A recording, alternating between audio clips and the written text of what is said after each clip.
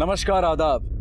Crime petrol dial 100 के black headline सप्ताह में आप सबका स्वागत है। क्राइम पेट्रोल डायल 100 में आज तक आपने जुर्म की कई कहानियां देखी होंगी, लेकिन आज का ये केस एक ऐसा अनोखा केस है जो पहले ना आपने कभी देखा होगा और ना ही सुना होगा।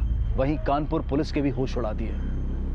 तो देखते हैं सोच की बुनियादों को हिलाती जुर्म की हैरत अंगेज दास्तां।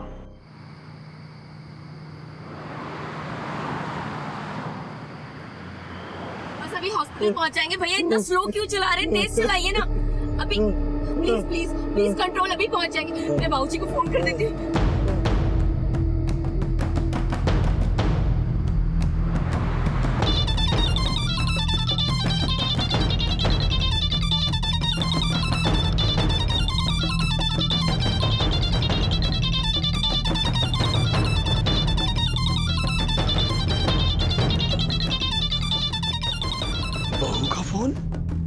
हेलो बाबूजी, बाबूजी मैं अरुण को लेकर हॉस्पिटल जा रही हूँ। किसी ने उस पर हमला कर दिया है। आप वहीं पर आ जाइए प्लीज।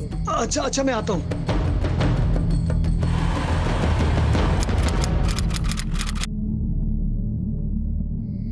डॉक्टर साहब प्लीज प्लीज मेरे हस्बैंड को बचा लीजिए। अरुण कुछ नहीं होगा, हम हॉस्पिटल आ गए हैं। घबराइए मत, सब ठीक हो जाएगा, आराम से। ये सब हुआ कैसे? डॉक्टर साहब 4 गुंडे घर में घुस आए थे पेट्रोल छिड़का इनके ऊपर और आग लगा दी। देखिए, हमने प्राथमिक उपचार तो कर दिया, लेकिन बाकी के इलाज के लिए आपको सिटी हॉस्पिटल लेकर जाना होगा, क्योंकि यहाँ पे 1 वार्ड्स तो है नहीं। जी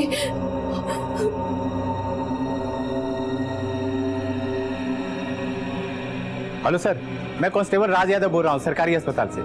यहाँ एक जले हुए आदमी का केस आया और ये लोग उसे सिटी हॉस्पिटल ले जा रहे हैं। हाँ सर, ओके सर।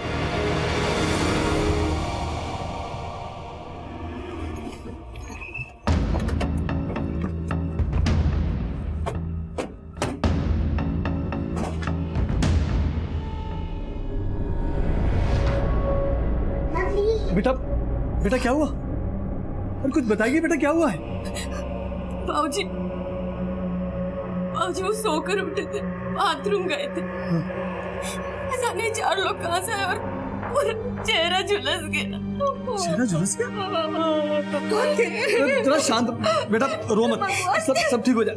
मेरे बच्चे की रक्षा करो। अरुण माथुर की पत्नी आप? जी नहीं सर, उनमें से किसी को भी पहले नहीं देखा। आपके पति काम क्या करते हैं? ठेकेदार, कंस्ट्रक्शन का काम है उनका। तो फिर किसी से कोई झगड़ा हुआ हो या किसी ने धमकी दी हो या फिर कोई दुश्मनी? सर दुश्मनी तो उनसे किसी की भी नहीं है, और खतरे की कभी कोई बात उन्होंने कही नहीं। हमले के बाद आपने पुलिस को फोन क्यों नहीं किया? अपने सास ससुर को भी रास्ते से ही फोन किया? सर कितना घबरा गई थी मैं, उनकी हालत इतनी खराब हो रही थी, मुझे उनको हॉस्पिटल लाने के साथ कुछ भी नहीं समझ में आया सर।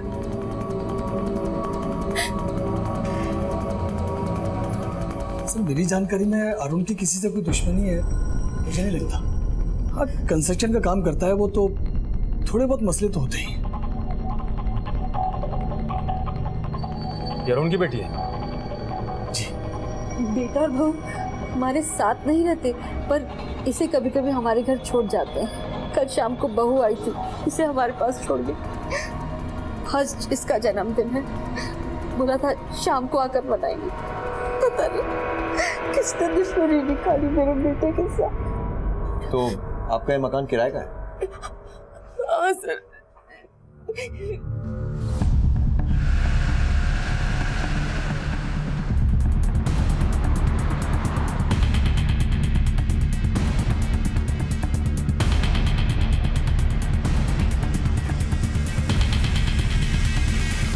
सर इस घर का मकान मालिक ऊपर ही रहता है। बुलाओ सर। ये घर तो कल दिन भर बंद ही रहा साहब। फिर ये 4 लोग कब आए और कब गए ये हमको पता नहीं सर। मतलब आपने किसी को आते जाते नहीं देखा? हाँ सर, हमने किसी को आते जाते नहीं देखा।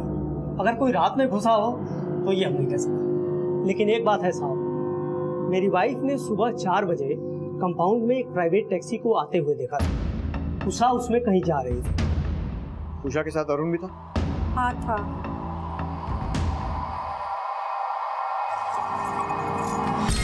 भैया इनकी तबीयत बहुत खराब है, जल्दी से ले चलिए। सर, अरुण माथुर की गाड़ी गेट के बाहर ही खड़ी होती है। हम लोगों ने किराएदारों की गाड़ी को अंदर खड़ी करने से मना किया हुआ है, लेकिन ये लोग टैक्सी में क्यों गए और क्यों आए, ये बात हमारी समझ में नहीं आ रही। सर रजिस्टर में तो कोई खास एंट्री नहीं है। साहब, एक साथ 4 लोगों को गेट से जाते हुए मैंने नहीं देखा। हाँ, अलग अलग गए हो तो बात अलग है। हम लोग कहाँ एक जगह ठहरे रहते हैं, सारे काम अकेले करना पड़ता है साहब। गार्डन में पानी डाल दिया, टेरेस पे जाके कोक चालू कर दिया, दोपहर में 2 घंटा खाना खाने के लिए जाना पड़ता साहब। और कौन कौन आता जाता है? और तो कोई खास नहीं आता है साहब, कभी कभी प्लम्बर आता है और एक काम वाली आती है बस। और रात में ड्यूटी पर कौन रहता है? रात को साहब कोई नहीं रहता है, गेट बंद करके मैं चले जाता हूँ घर पे। ठीक है, जाओ। अच्छा ठीक है साहब। इस तरह का एक केस लगता है, उसे एक बात तो जाहिर है कि अरुण का कोई दुश्मन हो सकता है। आसपास पूछताछ करो, देखो कुछ हाथ लगता है क्या, और बाहर देखो अगर गाड़ी को कोई ट्रेस मिलता है। सर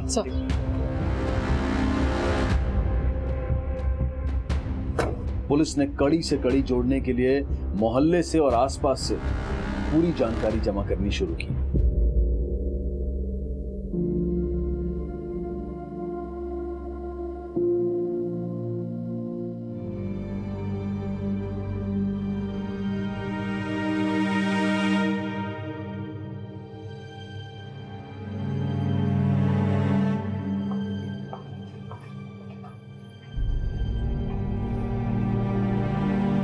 उषा जी, सर मकान मालिक ने मुझे और अरुण को ही देखा होगा, और कौन हो सकता है? लेकिन वो 4 लोग जिनके बारे में आपने बताया, कमाल की बात है उन्हें किसी ने आते जाते नहीं देखा। सर हमारे अपार्टमेंट की पीछे की दीवार पर से कूद के आने के पहले भी कई घटनाएं घट चुकी हैं। देखिए, क्योंकि वारदात आपके घर में हुई है, हमें घर का मुआयना करना पड़ेगा। घर की चाबी है आपके पास? हाँ है ना सर।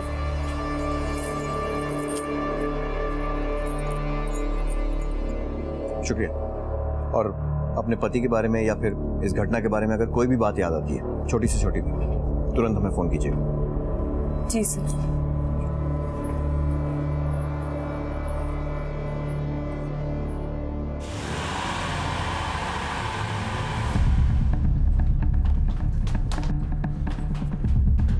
राइट, ताला खोलो।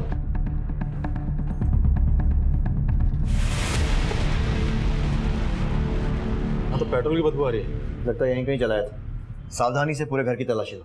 चेतन, घर के आसपास देखो। सर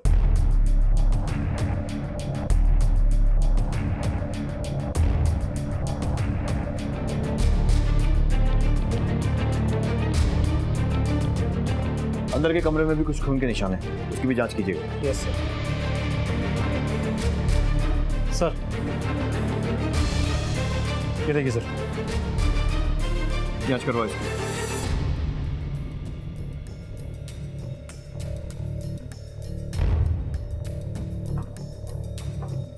सर घर के अंदर जबरन घुसने का तो कोई सबूत नहीं मिला। लेकिन उषा के हिसाब से तो 4 लोग घर में घुसे थे। फुटप्रिंट्स कितने मिले? सर यकीन के साथ नहीं कह सकते। वारदात सुबह 4 बजे के आसपास हुई।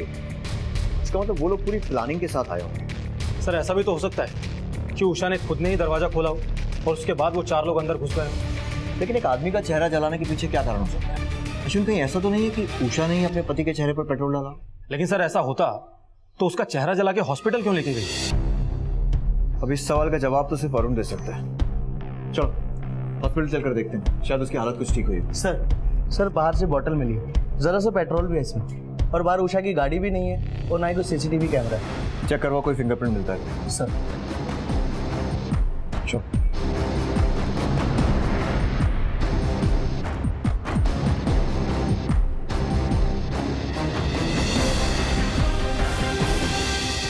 उषा के पति अरुण पर हुए हमले की जांच में जुटी पुलिस के सामने कई पहलू थे। हमलावर का जो भी मकसद था वो बेहद खतरनाक था। इस हमले से किसी की नफरत उभर कर सामने आई थी। इतना तो साफ था कि कातिल जान लेने से ज्यादा अरुण को एक ऐसा घाव देना चाहता था जो जिंदगी भर उसे इस हमले की याद दिलाता रहे। अपने बेटे पर हुआ यह हमला माँ बाप के लिए एक बिजली बनकर टूटा था और पत्नी उषा के लिए कहर। पुलिस ने अरुण और उसके परिवार की किसी से दुश्मनी या कारोबारी रंजिश को भी टटोला, लेकिन शक की सुई कहीं पर भी जाकर नहीं रुक रही थी।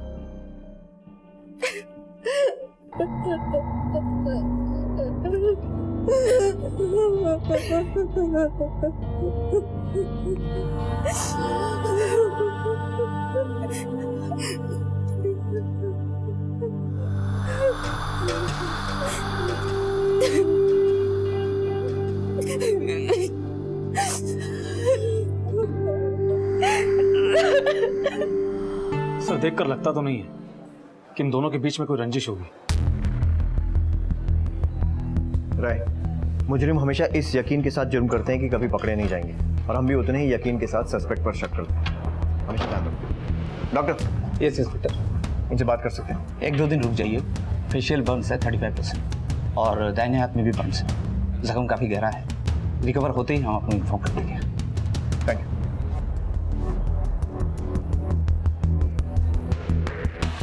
आपको क्या लगता है उषा जी, आपके पति के साथ किसने ऐसा किया होगा?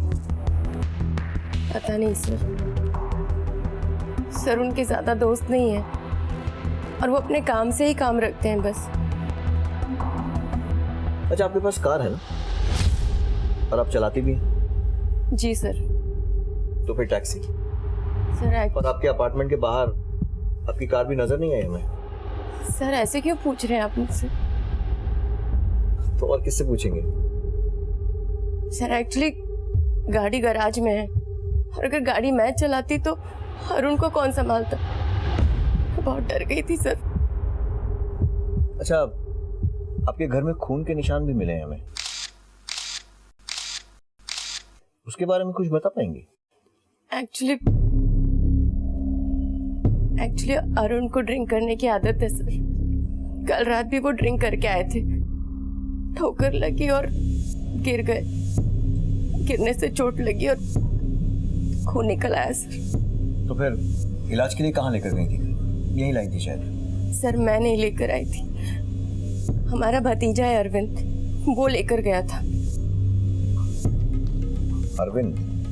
सर रात में चाचा की कॉल आई कि चाचा को चोट लग गया है, तो मैं तुरंत आके उनको क्लिनिक पे लेके गया।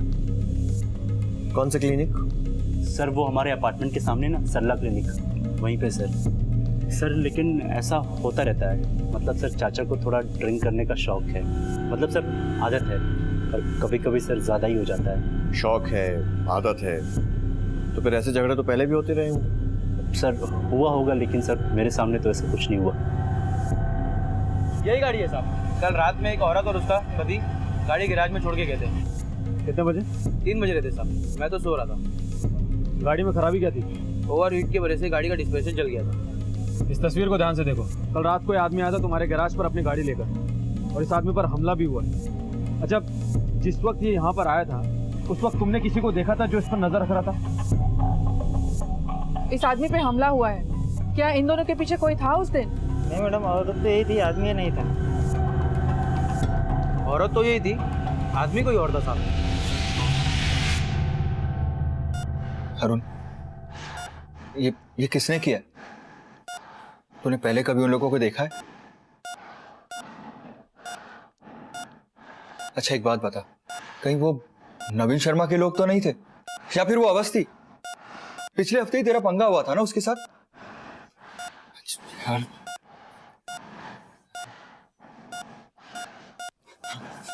देख, तू बोल नहीं सकता तो ये पैड है और ये पेन, मुझे लिख के बता। ये जिस किसी ने भी किया है ना, मैं उसे नहीं छोड़ूंगा अरुण। मनीष भाई साहब। अरे भाभी जी देखिए ना, ये कुछ बोल ही नहीं रहा।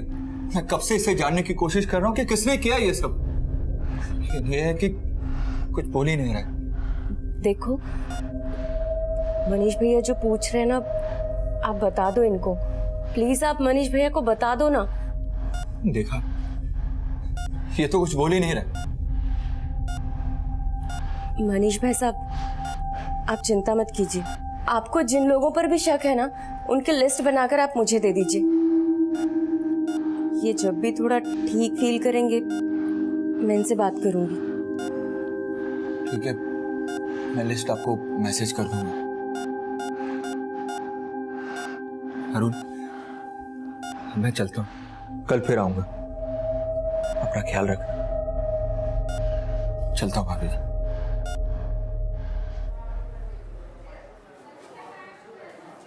अरे मनीष, खुश रहो बेटा। खुश रहो बेटा। जीतन, अरुण से मिला? जी अंकल जी, मिला तो, पर वो कुछ बता ही नहीं रहे। क्या नहीं बता रहा? अंकल जी यही कि उस पर हमला किसने किया। अब वो जो भी लोग थे उसने उन्हें देखा तो होगा ही ना। मैंने इतना भी कहा कि तू बोल नहीं सकता तो लिख कर बता दे, लेकिन वो बताना ही नहीं चाहता। तो अजीब सा बिहेव कर रहा है वो। मैं तेरी बात समझ रहा हूँ बेटा, तू परेशान मत हो। अब तुझे भी पता है ना कितने बड़े हादसे से गुजरा है वो। मुझे लगता है कि उसे संभलने में थोड़ा वक्त लगेगा। उसे संभल जाने दे। और पुलिस है ना, वो तो अपना काम कर ही रही है? तू चिंता मत कर, सब ठीक हो जाएगा। चल हम लोग भी मिल लेते हैं उससे बेटा। चल खुश रह, खुश रह। जी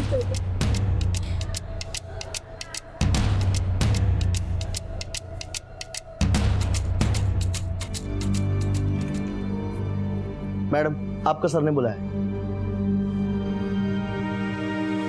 बाबूजी मैं आती हूँ। हाँ बेटा।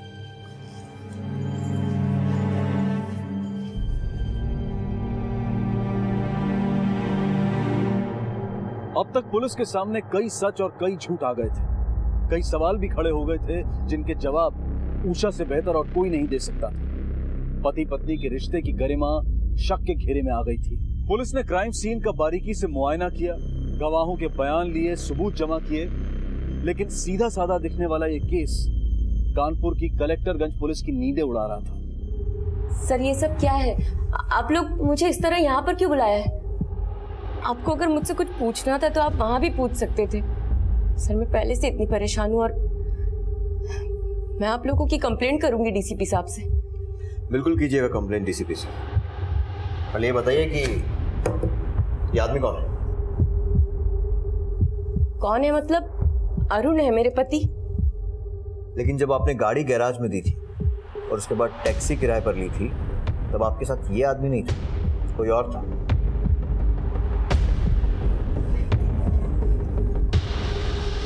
कौन था वो मिसेस माथुर? देखिए, हमें इस बात की गवाही दोनों जगह से मिल चुकी है। सर आपको गलत इन्फॉर्मेशन मिली है।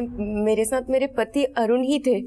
ठीक है, अगर जवाब देने के लिए आपको समय चाहिए तो हमें भी कोई जल्दी नहीं है। अच्छा, 4 दिन के रहने का इंतजाम करो, रिमांड पर लो। सर एक मिनट, मुझे आप लोगों को कुछ भी बताने से पहले अपने पति से बात करनी है। वो मैं देखिए, हम लोग आपकी मदद करना चाहते हैं, तो आप तसल्ली से बताइए कि क्या हुआ था।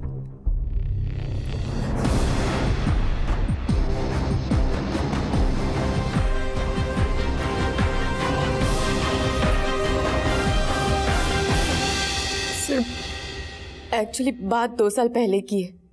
मुझे बैक पेन का प्रॉब्लम था। मैंने फिजियोथेरेपिस्ट से ट्रीटमेंट लेना स्टार्ट किया, लेकिन उस डॉक्टर ने इलाज के बहाने मेरी कुछ अश्लील तस्वीरें ले ली। मेरी कमर का दर्द तो मैंने ठीक कर दिया, मेरे दिल का दर्द कौन ठीक करेगा? जी जी, मतलब ये कि जैसे तुम यहाँ पे आती हो और जाती हो, आती जाती रहा करो, वरना ये तुम्हारी कुछ सुनहरी यादें मेरे पास हैं।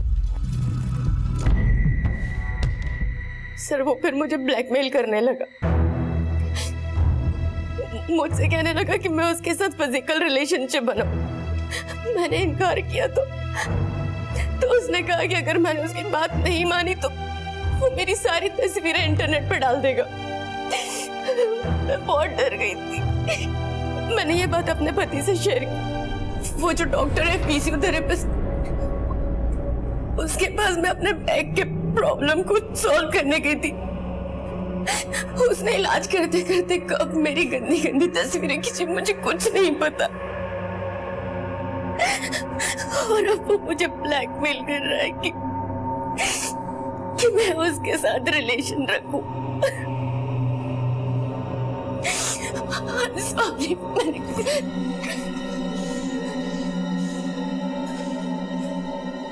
किसी कीमत पर यह बात बाहर नहीं जानी चाहिए। अपने पति को इतना परेशान देखकर मैंने उनसे कहा कि इस डॉक्टर से मैं खुद ही बात करूंगी।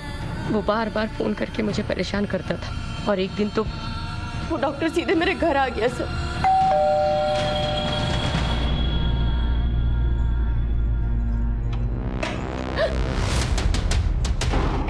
तुझे बुलाया, तू आई क्यों नहीं? सुन, आज यहाँ से मैं अपनी प्यास बुझा के ही जाऊंगा। देखो, हम यहाँ से बाहर चलते, बाहर चलकर जितनी बातें करनी है हम बातें कर। मुझे तुमसे बहुत सारी बातें करनी है, ठीक है? एक सेकेंड, चलो। उस दिन मेरे पति गाड़ी लेकर नहीं गए थे, तो हम लोग हमारी गाड़ी से चले गए और वो पूरे रास्ते मुझे अपनी बात मनवाता रहा सर, लेकिन मैं उसकी बात नहीं मानी और रास्ते में हमारी गाड़ी खराब होने लगी सर। इसी वजह से गाड़ी गैराज पर दी और पास के टैक्सी स्टैंड से टैक्सी रेंट की। फिर उसने एक सड़क किनारे पेट्रोल पंप से किसी बोतल में सर पेट्रोल भी लिया। बताया कि उसकी बाइक का पेट्रोल खत्म हो गया है और उसकी बाइक की चाबी मेरे घर पे छूट गई है, इसलिए वो अपने बाइक की चाबी लेने मेरे साथ मेरे घर आया सर। और तभी मेरे पति के साथ उसका सामना हुआ।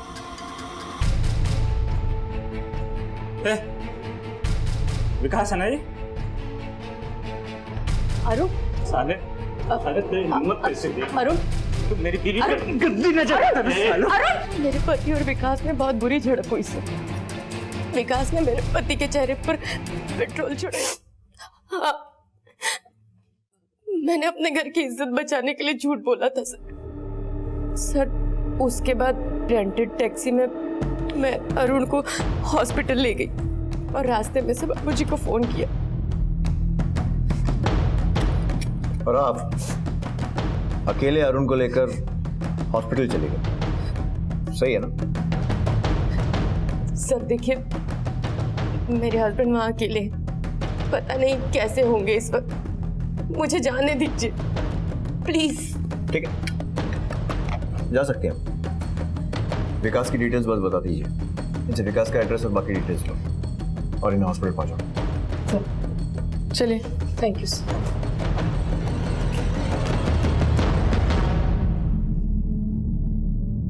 सर ये औरत बार बार अपना स्टेटमेंट बदल रही है। सर आपको लगता है ये अब भी सच बोल रही है? हो भी सकता है और नहीं भी, लेकिन अश्विन यहाँ पर बड़ी पहेली ये नहीं, वो है। एक बात तो पक्की है कि इसमें एक और आदमी है, विकास शर्मा, जिसे टैक्सी वाले ने, गैराज वाले ने, सबने देखा। इसके बारे में पता करो। अगर ये आदमी मिल गया ना तो केस फौरन सॉल्व हो जाएगा। सर, अपनी इज्जत को बचाए रखने के लिए उषा ने अब तक पुलिस के सामने कई गलत गवाहियां दी थी, पर आखिरकार उसे पुलिस के सामने सच्चाई रखनी ही पड़ी। पर क्या यह सच्चाई आखिरी सच्चाई थी या फिर कुछ और भी था जो पुलिस जानती नहीं थी? पुलिस के सामने एक नए संदिग्ध विकास का नाम उभरा था, तो क्या इस बेरहम हमले के पीछे विकास का हाथ था? पुलिस ने अपनी तहकीकात के सिरे अब उस दिशा में मोड़ दी।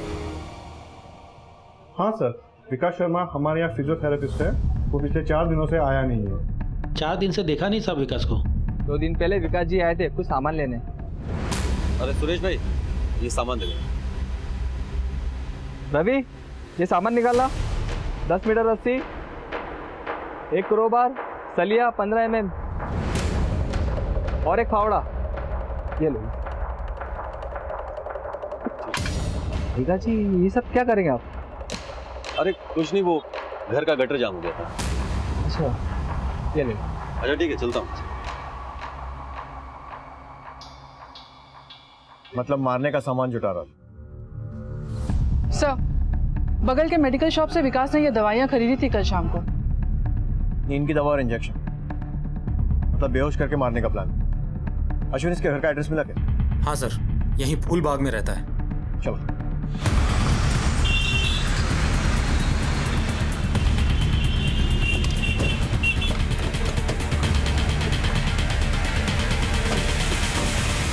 विकास यहीं रहता है, सीढ़ी वाला।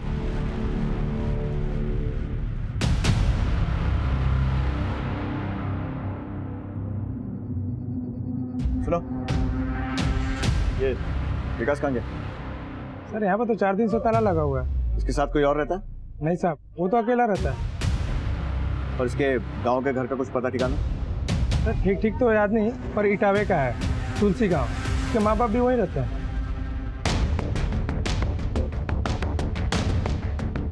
अश्विन, विकास ने उषा की अश्लील तस्वीरें ली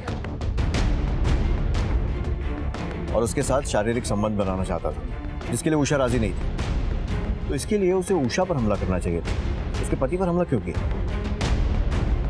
सर विकास ने जो सामान खरीदे किसी खास मकसद और काम को अंजाम देने के लिए खरीदा होगा, वरना एक फिजियोथेरेपिस्ट ये सामान क्यों लेगा?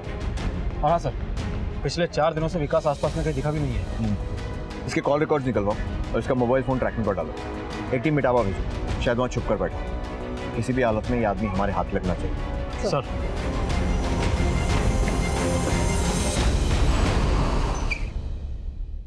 नाकाबंदी की सारी रिपोर्ट लखनऊ भेजो और हेडक्वार्टर से जैसे कोई आगू आता है मुझे इन्फॉर्म करो, ठीक है? सर। हाँ Ashwin.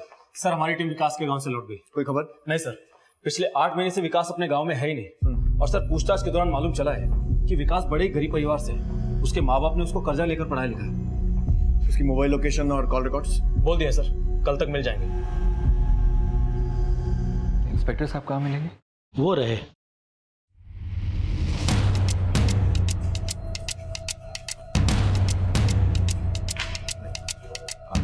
Excuse me sir.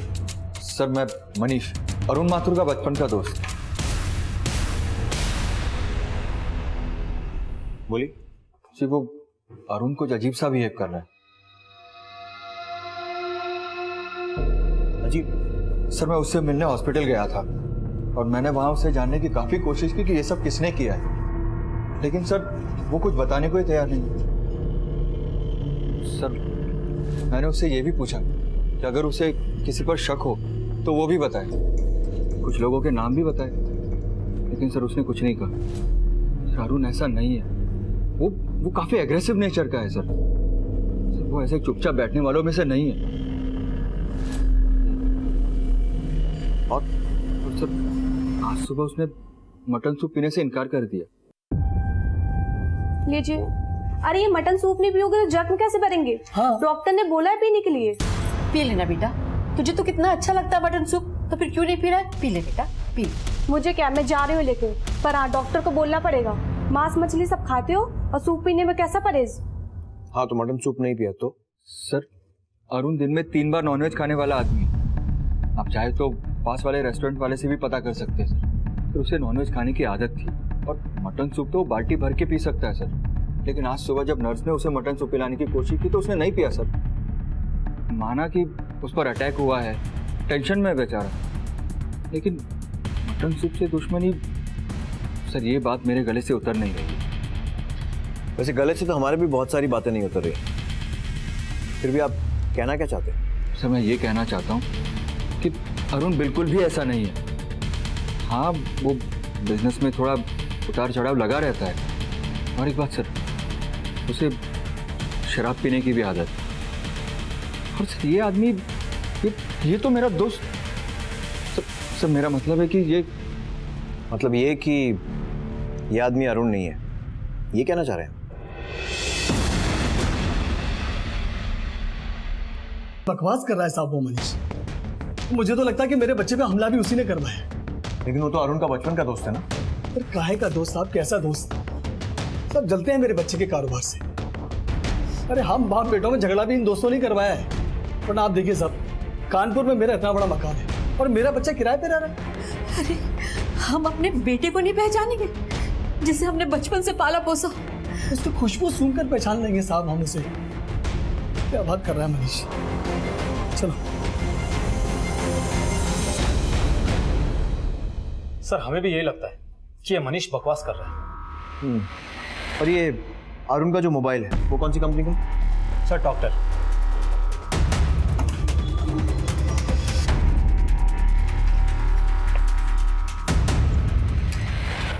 Hello sir. बोलो। मैं सर टॉकटेल मोबाइल कंपनी से आया हूँ। अरुण माथुर का बिल बाकी है। अरे दिमाग खराब हो गया क्या तुम्हारा?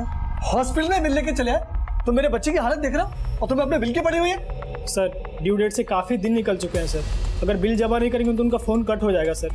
मुझे पता चला कि आप यहाँ हैं तो मैं यहाँ आ गया सर। सर हम भी नौकरी करते हैं सर। ठीक है, बताओ कितने का बिल है? 3580।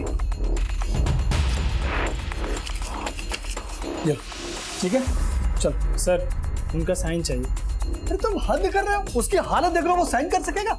सर रसीद पे साइन करने की जरूरत नहीं है सर। फिर जो बायोमेट्रिक स्कैनर है इस पे उंगली रखते हैं ऑटोमेटिक साइन हो जाता है सर। अरे चलो आराम से।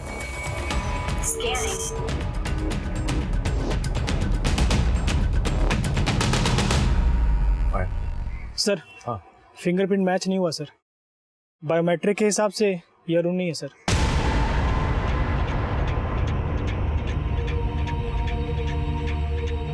इसका मतलब बचपन का दोस्त मनीष सही बोल रहा था। इसका मतलब आपका शक सही था।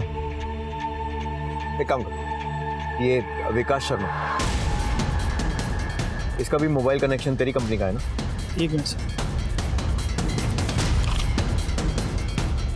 Yes sir. ठीक है, फिर से अंदर जा। नहीं सर, वो बुढ़ा मारने को दौड़ता है सर। इस बार तुम मार ही देगा सर। कुछ नहीं होगा, मैं बोल रहा हूँ ना बेटा, अंदर जा और उसको बोलना गलती हो गई। जा एक बार। एक मिनट आराम से। तुम्हारा कोई भी काम ढंग से नहीं होता। एक्चुअली सर पेमेंट क्रेडिट नहीं हुई थी सर। अब हो गया? हाँ सर हो गया। हटाओ। Sorry sir. हद हो गई सर। हाँ मैच कर गया सर। विकास शर्मा के नाम से मैच कर गया।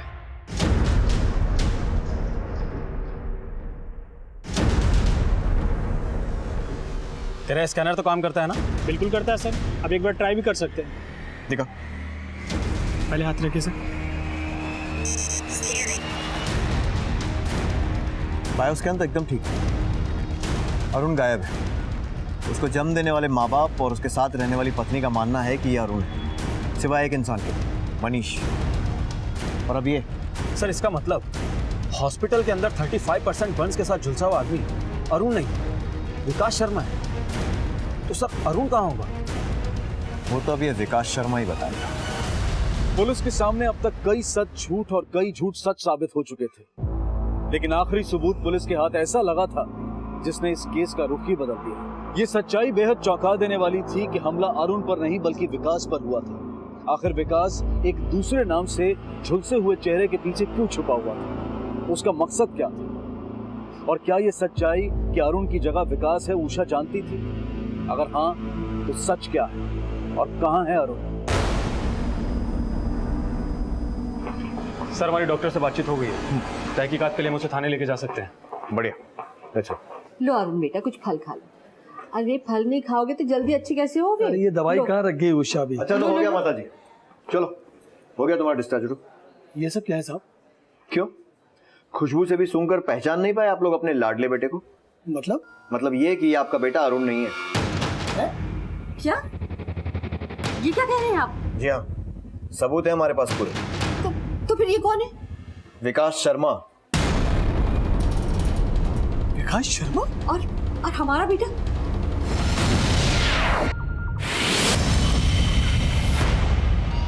गाड़ी में डालो। सर हमारे एक बात समझ में नहीं आई। एक आदमी विकास शर्मा एक औरत के चक्कर में फंसता है, बाद में वो औरत पीछे हट जाती है और फिर वो गुस्से में आकर उसके पति को जलाने का प्लान बनाता है, उसकी जगह ले लेता है। पर ना हमें उसके पति की लाश मिली है और जला भी तो कौन? मारने वाला। लेकिन अगर ये सचमुच उसे मारना चाहता था तो फिर इसने खुद पर पेट्रोल क्यों डाला? या फिर शायद किसी और ने उस पर पेट्रोल डाला? लेकिन सर ये जानलेवा भी तो हो सकता था, ये मर सकता था। सर जिस मोड़ पे अभी ये केस पहुंचा है वो अरुण ही है जो गायब है। सर ये सेल्फ इन्फ्लिक्टेड तो नहीं हो सकता। इस कहानी के पीछे कोई ना कोई झूठ जरूर है अश्विन, और सबसे पहले हमें उस झूठ को पकड़ना पड़ेगा। अरुण की पत्नी उषा कमरे में नहीं थी ना? फौरन एक टीम बनाओ और अरुण के घर पहुंचो। तब तक मैं इसे थोड़ा मटन सूप पिलाता हूं और बाकी की परतें उषा खोलेगी।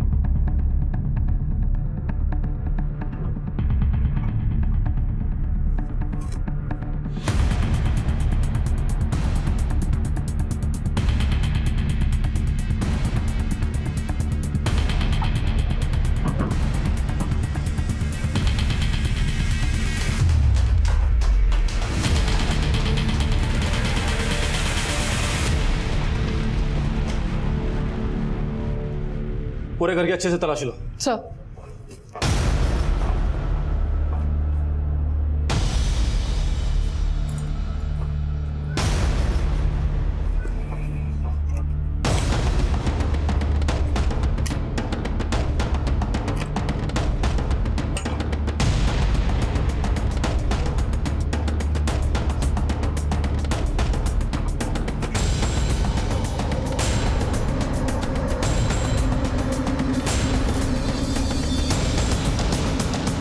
सर उधर तो कोई नहीं है, लगता है निकल गई। अभी निकली नहीं है।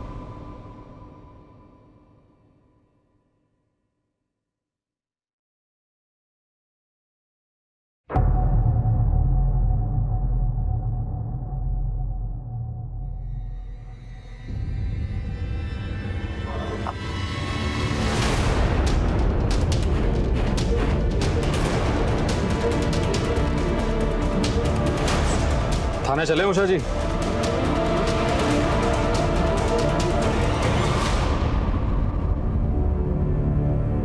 मिसेस उषा माथुर, आपके खिलाफ सारे सबूत हमें मिल चुके हैं और इस वक्त आपका स्टेटमेंट रिकॉर्ड हो रहा है। जो भी कहेंगी अच्छे से सोच समझकर और सिर्फ सच बोलिएगा, समझ गई आप?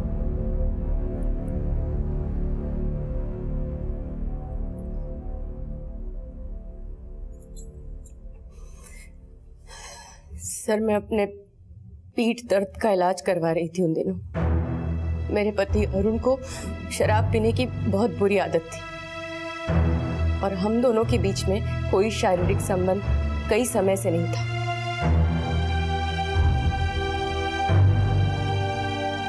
और ऐसे में जब मुझे विकास ने छुआ तो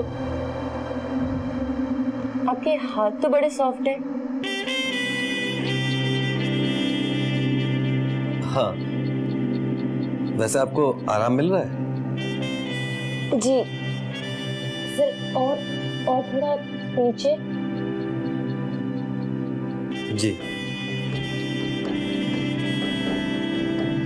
विकास का छूना मुझे अच्छा लगने लगा। उसके साथ से ज्यादा उसकी नजदीकियां, और फिर मैं हर दूसरे दिन उससे मिलने लगी। सर मैंने उसे घर बुलाना शुरू कर दिया।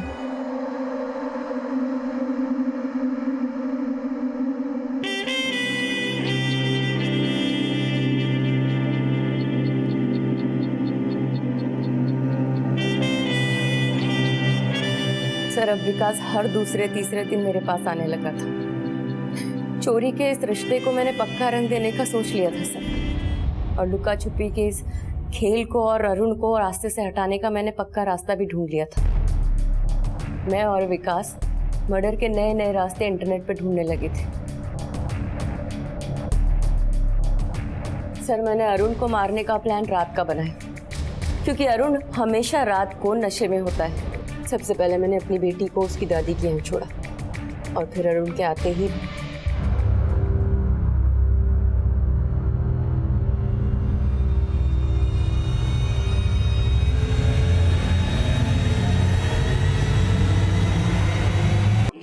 अरुण अरुण अरुण क्या हुआ? तुम क्यों चीख रहे हो? हेलो, हाँ अरविंद, आराम से। अरे आराम से ही तो कर रहे हैं। चाची आप मत परेशान हो, मैं बोल रहा हूँ, समझाया था ना कि मत पिया करो। चाचा आप यहीं रुको, मैं इनको लेके जाता हूँ अस्पताल। आओ आराम से आराम से लेके जा रहा हूँ। ले जा रहा हूँ। आओ आओ चलो, आराम से आओ, आराम से आओ।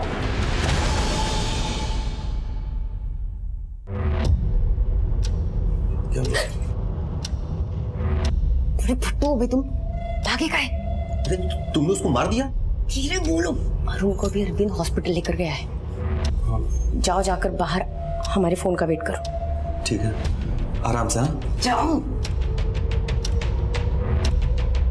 बहुत दिलेरी दिखाई तुम लोगों ने। फिर उस पर हमने दोबारा वार किया।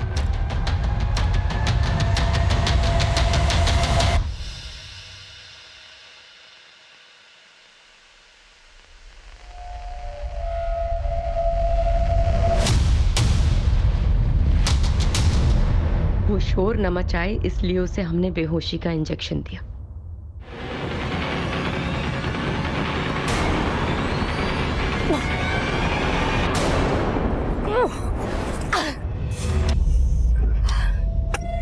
जल्दी जल्दी हाथ चलाओ ना। यहाँ नहीं खुलने वाला, यहाँ तो पत्थर है।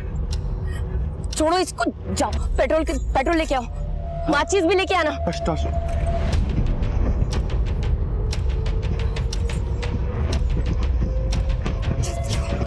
ये रहा। कार एक गड्ढे में फंस गई। अब क्या हुआ? अरे गाड़ी फंस गई। सर तदबीर तो बहुत अच्छी थी, पर तकदीर ने धोखा दे दिया। बड़ी मुश्किल से टेम्पो वाले की मदद से हमने अपनी कार वापस बाहर निकाली,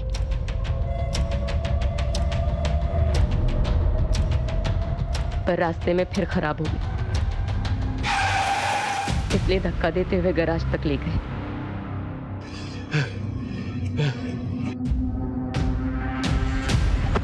अरे उठाओ इसे। अरे भाई साहब। अरे भैया उठाओ, हमारी गाड़ी जरा खराब हो गई है, देख लेंगे उसे। नहीं, इतनी रात में कोई मैकेनिक नहीं है, रख के जाओ, सुबह देख लूंगा। अच्छा, यहाँ फिर कोई टैक्सी स्टैंड है क्या? आगे टैक्सी स्टैंड है, वहां से मिल जाएगी टैक्सी। सर, हमने सब कुछ उषा के ही कहने पे किया, सब कुछ। वो तो समझ में आ गया, लेकिन फिर अपना खुद का चेहरा क्यों झुलसा लिया? ये लो, ये पहनो। जी शुक्रिया। क्या हुआ?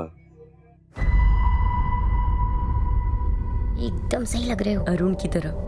अरुण? इसने कहा कि पति मरेगा पर जिंदा रहेगा। मरेगा पर जिंदा रहेगा? कैसे? सर, ये भी उषा का ही प्लान था। इन्होंने बोला कि अरुण को हम मारेंगे और अरुण की जगह मैं ले लूंगा। सिर्फ जगह ही नहीं, नाम, कारोबार, पैसा, सब। उसके बाद उषा ने मेरा चेहरा झुलसा दिया ताकि किसी को पता न लग पाए कि इस झुलसे हुए चेहरे के पीछे अरुण नहीं।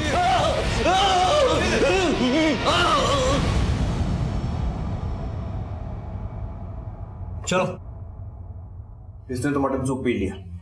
सर, हम तो शाकाहारी हैं। तुम्हारा शाकाहारी होना ही तो तुम्हारे लिए हानिकारक और कानून के लिए फायदेमंद साबित हुआ,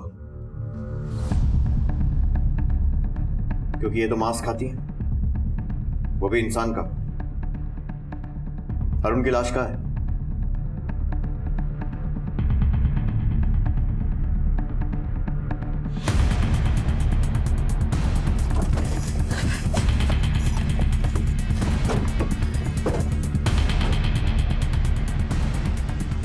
किधर? चलो।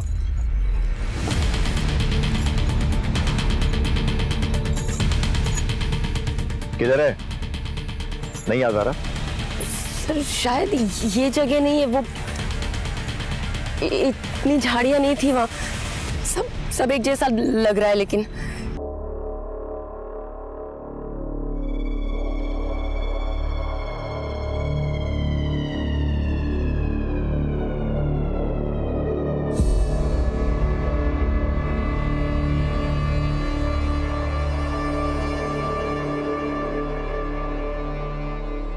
मुझे नहीं मालूम कि तुमने ये सब करके क्या पाया और ये सब किया क्यों, लेकिन जब भी लोग इस केस के बारे में सुनेंगे ना, तो तुम दोनों की हिम्मत और बेवकूफी के बारे में सोचते रह जाएंगे।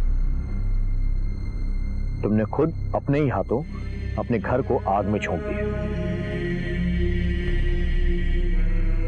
पति पत्नी के रिश्ते में विश्वास एक अहम सूत्र है जिस पर शादीशुदा जिंदगी की बुनियाद टिकी होती है। कानपुर की एक सत्र अदालत ने उषा और विकास को आईपीसी की धारा 302, 301 और 120B के तहत उम्र कैद की सजा सुनाई। कहते हैं कि सूरत बदलने से सीरत नहीं बदलती, देर से ही सही, लेकिन प्रकृति अनीति बर्दाश्त नहीं करती और जिंदगी का सफर सही रास्तों पर ही चलकर तय किया जा सकता है। गलत रास्ते सिर्फ हैवानियत और गलत अंजाम की तरफ ही ले जाते हैं। काम्या मोटर्स द्वारा बेची गई 1500 गाड़ियों में से 120 की चेचिस नंबर हमारे डेटाबेस से मैच करती है। इन गाड़ियों में से एक भी गाड़ी ऐसी है जो आपको सस्पिशियस लगती है? सर, इनमें से एक गाड़ी सुरेश कालरा के नाम से है, जिसे हमारी कंपनी ने ब्लैकलिस्ट कर दिया था।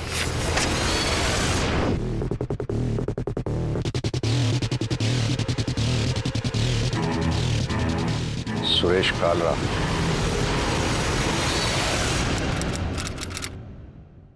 Happy birthday to you.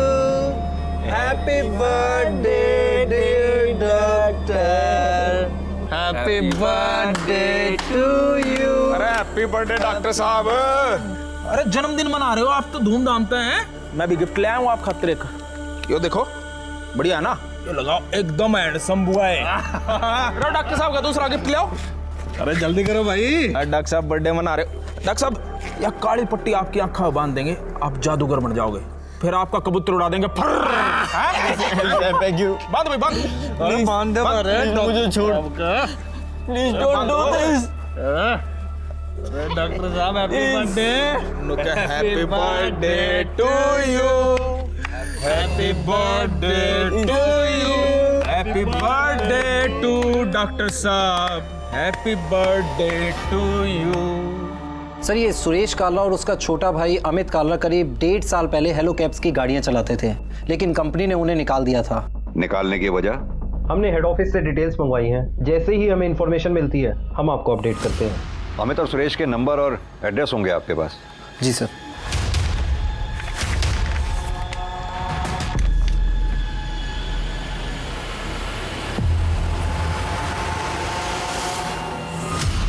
हाँ, राम राम।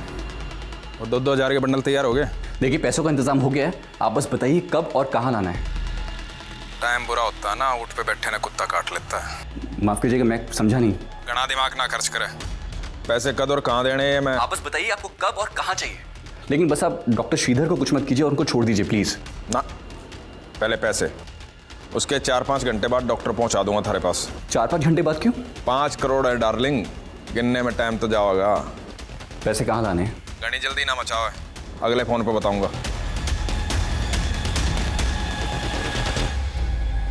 सर, अमित और सुरेश दोनों का नंबर बंद है। मैंने दोनों नंबर सर्वेलेंस पे डलवा दिया है। दोनों का नेटिव एड्रेस हिसार है। अब वहीं चलकर उनकी कोई खबर पता चलेगी। बोलो यादव। सर, सुरेश ने अभी अभी भास्कर सब्बरवाल को हिसार से फोन किया था। सर, अमित और सुरेश का गांव बनभोरी भी हिसार डिस्ट्रिक्ट में ही पड़ता है। शर्मा, ये मैसेज हरियाणा के सभी पुलिस स्टेशन में भेज दो और अपनी एक टीम हिसार के आसपास के एरिया में भेजो। और तुम खुद श्याम सुंदर के गांव बनभोरी जाकर के जानकारी हासिल करो। सर, सुरेश कालरा और अमित कालरा अब कहां हो सकते हैं, इसका क्लू ढूंढने के लिए पुलिस अब उनके गांव बनभोरी हिसार पहुंची। नाम मतलब उन दोनों का सपूत नहीं, कपूत है दोनों भी। बुढ़ापे में अपनी माँ को छोड़ के चले गए। ये अमित और सुरेश दोनों नोएडा में हेलो कैब चलाते हैं। कहाँ रहते हैं नोएडा में दोनों? सर, वो शायद वैशाली में रह रहे थे। वैशाली में कहाँ? सुरेश और अमित से जुड़ी जानकारियां जुटाने के लिए नोएडा पुलिस ने एक टीम उनके गांव बनभोरी में तैनात कर दी थी। वहीं एक टीम वैशाली गाजियाबाद में उस पते पर पहुंची जहां अमित और सुरेश किराए पर रह रहे थे।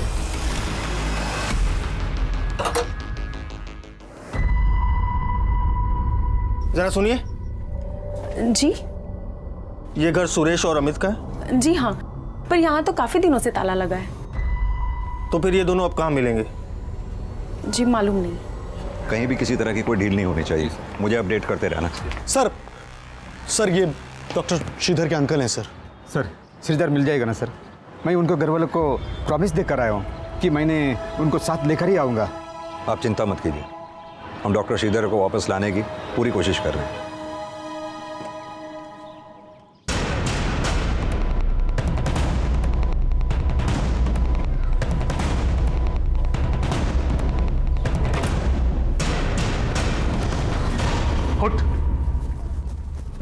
भाई, मुझे मामला ठीक ना लग रहा है।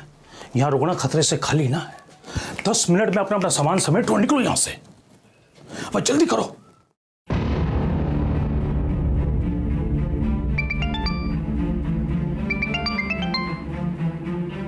बोलो शर्मा। सर हेड ऑफिस के इंफॉर्मेशन के मुताबिक उन्होंने काफी हेराफेरी और उल्टे सीधे काम किए थे। कैसी हेराफेरी करते थे दोनों? सर हमें एक लेडी कस्टमर ने कंप्लेंट की थी कि सुरेश ने उनके साथ मिसबिहेव किया था।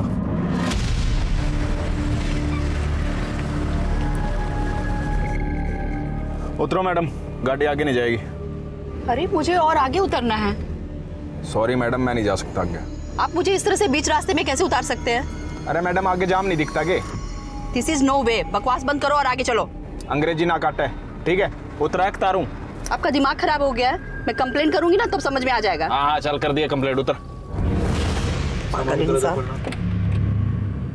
सर उस पैसेंजर की कंप्लेंट के बाद हमने सुरेश से शो कोज मांगा, बट उसने कोई रिप्लाई नहीं किया। उसके बाद जब उसके खिलाफ इंटरनल इंक्वायरी हुई तो पता चला उसके और उसके भाई ने काफ़ी धांधलियाँ की थी। कैसी धांधलियाँ? सर कंपनी पीक आवर्स में इंसेंटिव देती थी, सुबह 7:30 से लेके 12:30 बजे तक और शाम में 5 बजे से लेके 11 बजे तक। और अगर ड्राइवर एयरपोर्ट से सवारी को पिकअप करता है तो उसे 1000 रुपये बोनस एक्स्ट्रा मिलता है। इसके अलावा अगर ड्राइवर एक दिन में 12 राउंड्स लगाता है तो उसे 3000 बोनस एक्स्ट्रा मिलता है। लेकिन इन दोनों भाइयों ने कंपनी की इस पॉलिसीज़ का गलत इस्तेमाल किया। अलग अलग सिम कार्ड से अलग अलग आईडीज़ बनाई और इन आईडीज़ से अपनी ही बुकिंग करने लगे और बिना किसी पैसेंजर को बिठाए रैंडम राइड शो करने लगे। और सर इन सब चीज़ों से हमें पता चला उन्होंने पैसों की बहुत सारी धांधलेबाजी की थी, इसीलिए हमने उन्हें कंपनी से निकाल दिया और ब्लैकलिस्ट कर दिया। कहीं ऐसा तो नहीं अमित और सुरेश ने ये किडनैपिंग हेलो कैब से बदला लेने के लिए की हो?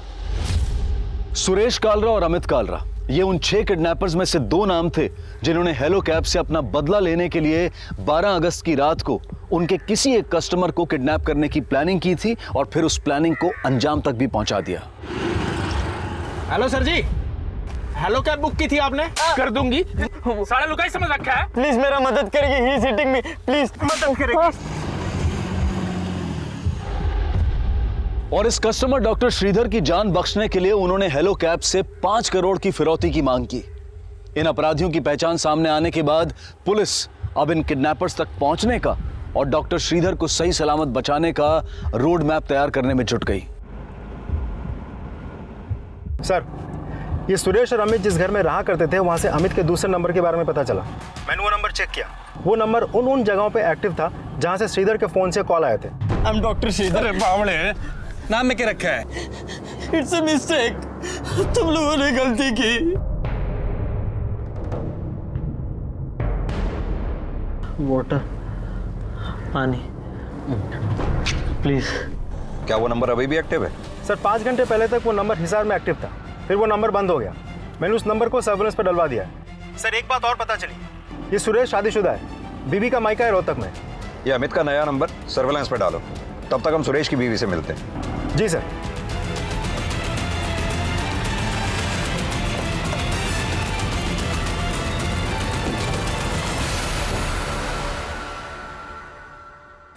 साबिन, हेलो कैब्स वालों ने ना महारी और सुरेश की हंसती खेलती जिंदगी में आग लगा दी।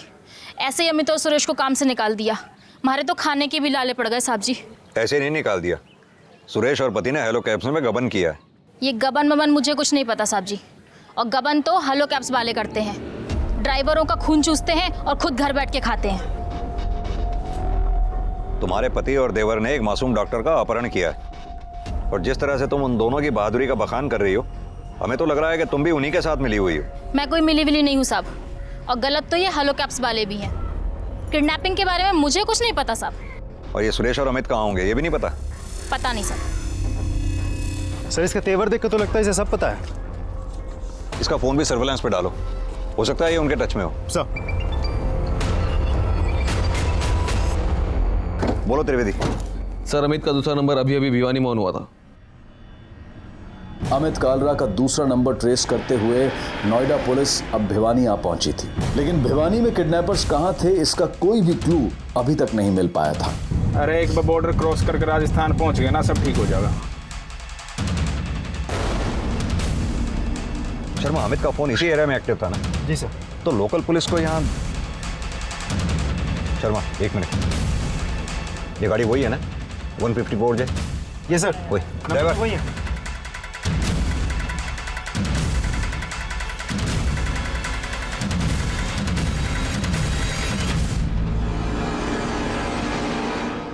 भाई ये पुलिस अपना पीछा क्यों कर रही है? क्या बात कर रहा है? देख वहाँ आ रही होगी। पेट्रोलिंग पर होगी यार। अरे नहीं भाई, कल्लू देख यार, तू देख। ओ भाई ससुरे पीछे पड़े हुए हैं भाई। हाँ भाई, अब तेज चलाना भाई गड्डी ने।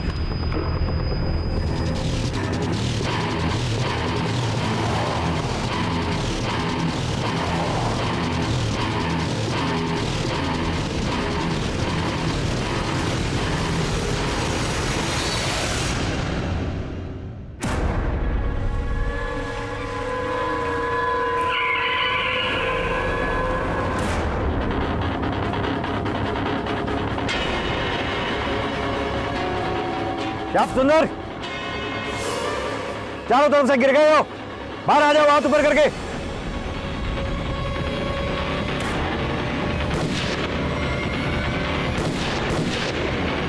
गोली क्यों चला रहे साले? अबे निकाल निकाल, गाड़ी निकाल, भगा। फटाफट उसके पीछे लो, निकल गाड़ी।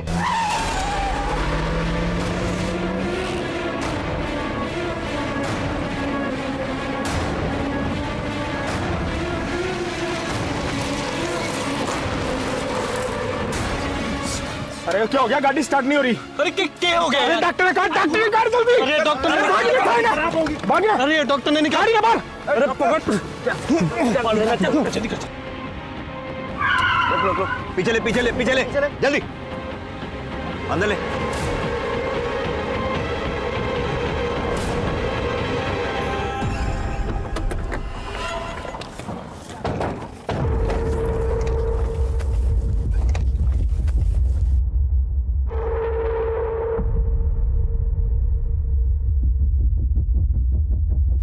आसपास अच्छी तरह से देखो, ज्यादा दूर नहीं गए होंगे वो लोग।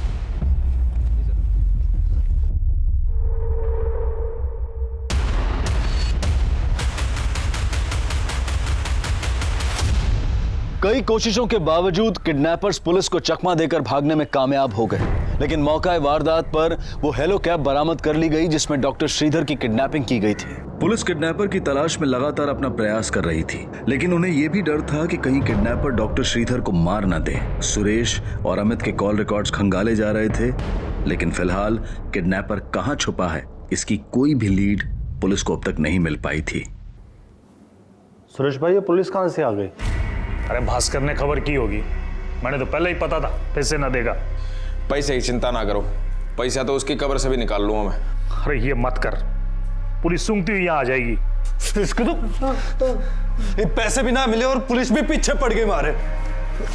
साले किसने कही थी फायर करने की? गणा चौधरी पकड़ रहा था, चुपचाप डॉक्टर ने लेके निकल लेते। साले शुक्र मना किसी पुलिस वाले गोली ना लग गई, न तेरी ऐसी तैसी कर देंगे। अब भाई आपस में झगड़ा मत करो, अब भी हम यहाँ किसी दूसरे रास्ते से निकल सकते हैं, गाड़ी का भी इंतजाम हो जाएगा, पर हम सबको अपनी अपनी वेशभूषा बदलनी पड़ेगी और इस डॉक्टर की भी। सर, अमित और सुरेश के कॉल रिकॉर्ड से 4 नंबर ऐसे मिले हैं जो किडनैपिंग वाली रात से बंद है। ये नंबर है किसके? एक नंबर बुद्धन के नाम झज्जर में रजिस्टर्ड है, जहां से डॉक्टर श्रीधर के नंबर से तीसरा रैंसम कॉल गया था। अपना कस्टमर सही सलामत चाहिए ना, तो 5 करोड़ का इंतजाम कर ले। सर, हमने वहां हरियाणा पुलिस की एक टीम भेज दी है।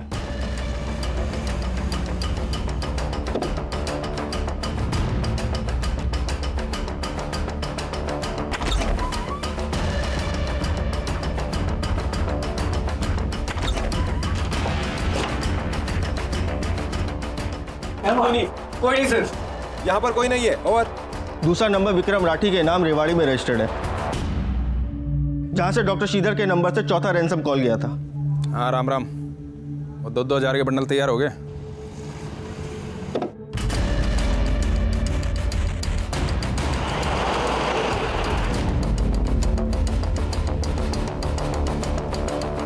सर, तीसरा नंबर जयंत के नाम भिवानी के मीरपुर में रजिस्टर्ड है, जहां वो लोग हेलो कैब छोड़ के भागे थे वहीं पास ही में उसका खेत है। डॉक्टर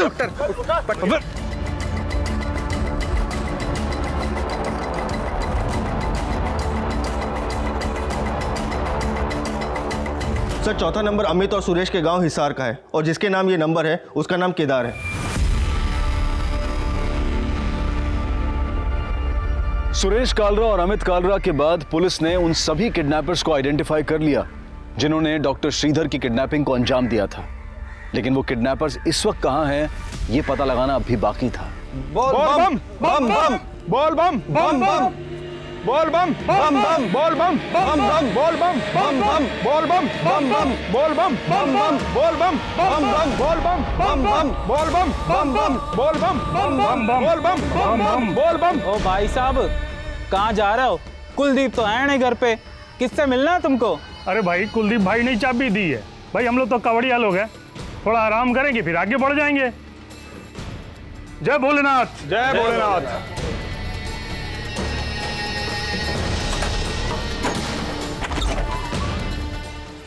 सर वो चारों बुद्धन, विक्रांत, जयंत और केदार अमित और सुरेश के वैशाली वाली घर आते थे, लेकिन फिलहाल वो लोग कहाँ हैं इसके बारे में हमें कुछ पता नहीं चला। इन चारों के कॉल रिकॉर्ड अच्छे से चेक करो, पता करो इन सब के नंबर में क्या कोई ऐसा कॉमन नंबर है जो हमें उन तक पहुंचा सके। सर किडनैपर्स तक पहुंचने के लिए पुलिस को जल्द ही एक अहम लीड मिली।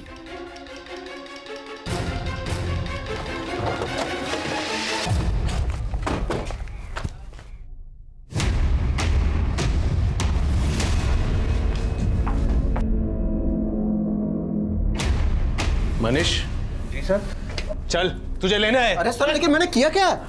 सर अमित और सुरेश ही नहीं, उनके चारों दोस्त बुद्धन, विक्रांत, जयंत, केदार सबको जानता है। बता।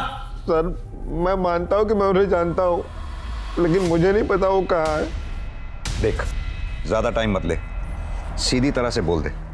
12 अगस्त की रात 10 बजे तक सुरेश, अमित, विक्रांत इन तीनों का फोन तेरे घर पे एक्टिव था। तेरे से मिलने आए थे ना वो? हाँ सर, अमित उस रात मेरी कार लेने आया था, बोला 2-4 घंटे में लौटा दूंगा। फिर रात को 1 बजे जयंत और केदार कार देकर वापस चले गए, लेकिन साहब मुझे नहीं पता था उन लोगों ने किडनैपिंग की है। कैसे मान ले तुझे नहीं पता? साहब मेरा विश्वास करो साहब, मैं सच बोल रहा हूँ। तो ये तो पता होगा वो लोग कहाँ छुपे हो सकते हैं।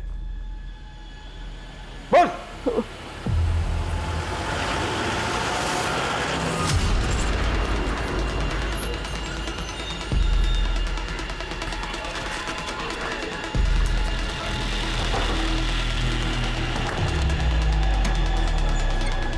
भाई गांव में पुलिस आई है भाई। ये बात कर रहे हैं, पुलिस 3:30 पहुंच गई।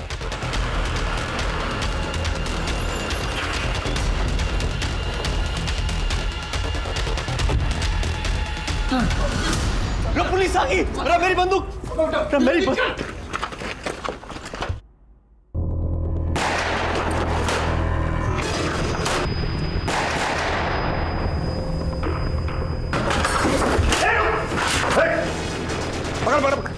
राजन तू आगे देख, इसे मैं देखता हूँ।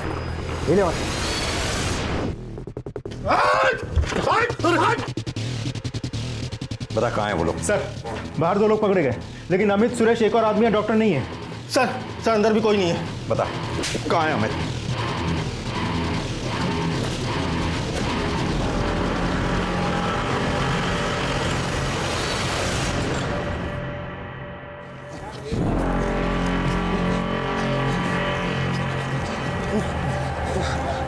ओ भाई पुलिस तो कुत्ते की तरह अपने पीछे पड़ गई, अब क्या करेंगे? वो देख सामने भी खड़ी है। शर्मा आगे बोल बम की टोली जा रही है, उन लोगों ने भी कावड़िया के कपड़े पहने हैं ना? Yes sir. देखो जरा ध्यान से। बम बम बोल बम बम बम बोल बम बम बम बोल बम बम बम बोल बम बम बम बोल बम बम बम बोल बम बम बम बोल बम बम बम बोल बम बम बम बोल बम बम बम बोल बम बम बम। 1 मिनट रोको, जरा रोको। बम बम।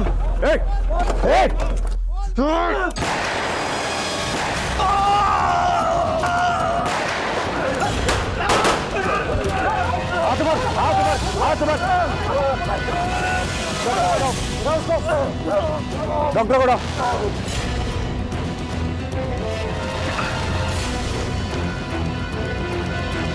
Doctor Sridhar, are you fine? Thank you sir, you help me. 14 दिन की लगातार कोशिशों के बाद आखिरकार नोएडा पुलिस डॉक्टर श्रीधर को सही सलामत बचाने में सफल हो गई। किडनैपिंग में इन्वॉल्व सभी 6 अपराधी इस वक्त पुलिस की हिरासत में हैं। नोएडा पुलिस के सराहनीय जज्बे के लिए क्राइम पेट्रोल की पूरी टीम उन्हें सैल्यूट करती है और उन्हें इस सफलता के लिए बधाई देती है।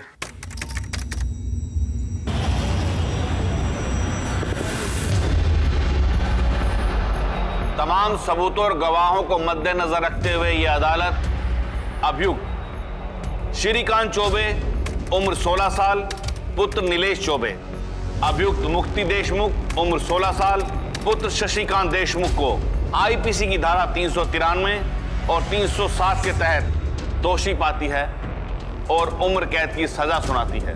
इसके साथ अभियुक्त प्रबल बोर्डे उम्र 16 साल पुत्र वामन बोर्डे, अभियुक्त रघु आप्टे उम्र 16 साल पुत्र विश्वास आप्टे को हत्या की साजिश, चोरी और सबूतों का नष्ट करने का दोषी पाती है और आईपीसी की धारा 302, 120 बी और 393 के तहत सजाए मौत का हुक्म देती है, हैंग टिल डेथ।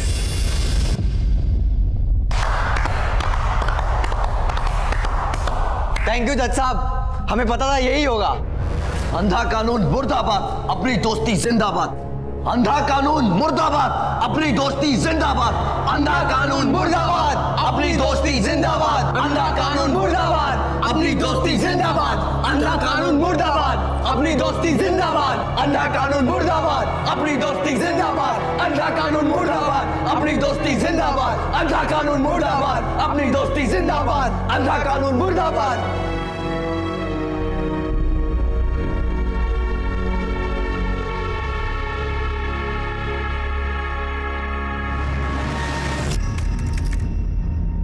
नमस्कार, आदाब। क्राइम पेट्रोल डायल 100 के ब्लैक हेडलाइंस अध्याय में आप सबका स्वागत है। किसी भी देश के बच्चे, युवा उसका भविष्य होते हैं। उनके कंधों पर देश की प्रगति का भार होता है। लेकिन कई बार कुछ युवा पथभ्रष्ट होकर ऐसे अपराधों को अंजाम दे देते हैं कि समाज और कानून दोनों हैरान हो जाते हैं। पिछले कुछ दशकों में युवाओं द्वारा किए गए अपराधों की संख्या बढ़ी है और साथ ही यह विवाद भी बना हुआ है कि जुवेनाइल की उम्र क्या होनी चाहिए, 16 साल, 17 साल, 18 साल या फिर कुछ और। हिंदुस्तान की क्राइम हिस्ट्री का ये एकमात्र ऐसा केस है जिसमें 16-17 साल के 4 लड़कों को फांसी और उम्र कैद की सजा सुनाई गई। सन 2000 से पहले तक जुवेनाइल जस्टिस एक्ट 1986 के तहत सिर्फ 16 साल की उम्र तक के लड़कों और 18 साल की उम्र तक की लड़कियों को ही जुवेनाइल माना जाता था। 1994 में जब इन लड़कों को हत्या के जुर्म में गिरफ्तार किया गया, तब इन लड़कों की उम्र 16 साल से कुछ अधिक होने की वजह से इन्हें अडल्ट माना गया और जिसकी वजह से इस केस की पूरी सुनवाई जुवेनाइल कोर्ट में ना होकर सेशन कोर्ट में हुई। और अजीब बात यह थी कि सजा सुनने के बाद ये बच्चे रोने और डरने की बजाय खुश हो रहे थे।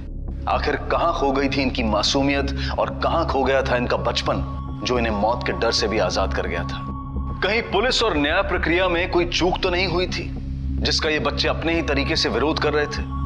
और अगर ये वाकई में अपराधी थे तो वो कौन सी दुखती रखती समाज की जिसने इन्हें यहां लाकर खड़ा कर दिया था?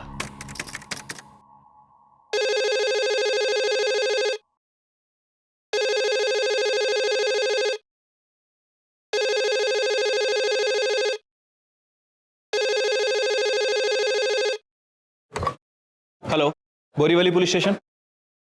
क्या? ठीक है, किसी को घर के अंदर मत जाने दीजिएगा, हम लोग अभी आ रहे हैं।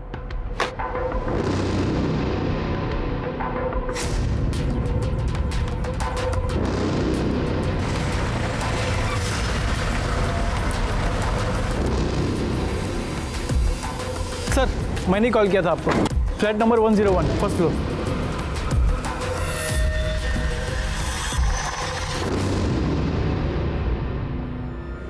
खोलो उसे फटाफट, हॉस्पिटल लेके जाओ।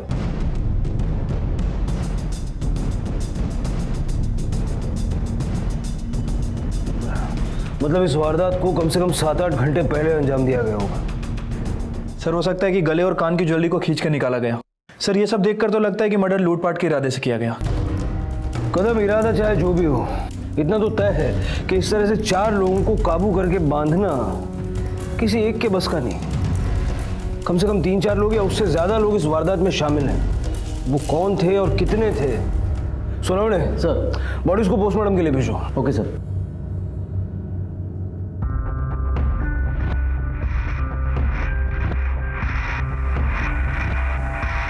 सर, अजीब बात है, बॉडी पे एक भी ज्वेलरी नहीं है और यहाँ इस तरह पैसे छोड़ के गए। इस तरह की वारदात को अंजाम देके इनके घर में इन्हीं की मिठाई खा के इस तरह से सेलिब्रेट करना और फिर इस तरह से पैसे छोड़ के जाना, कदम मुझे लगता है ये जो कोई भी हैं इनसे काफ़ी नफरत करते थे। घर में कोई फोर्स एंट्री का निशान भी नहीं है। मुझे लगता है ये मामला लूटपाट का नहीं बल्कि बदले की भावना से किया गया है। सर, ऐसा भी तो हो सकता है कि ये सब हमें गुमराह करने के लिए किया गया। सारी चीज़ों के फोटोग्राफ्स ले लो। Okay sir.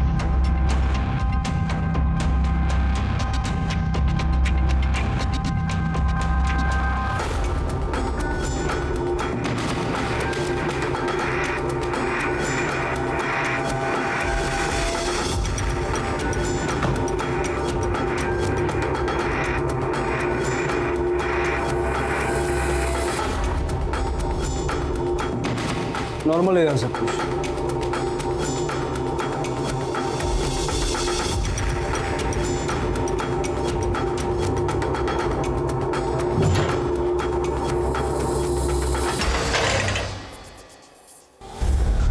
किलर्स इस घर को और इस घर के रहने वालों को अच्छी तरह से जानते थे।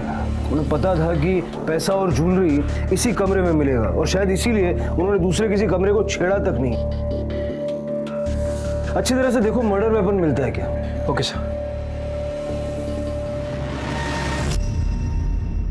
इस घर में वारदात हुई सबसे पहले आपने देखा था? साहब हमने देखा था।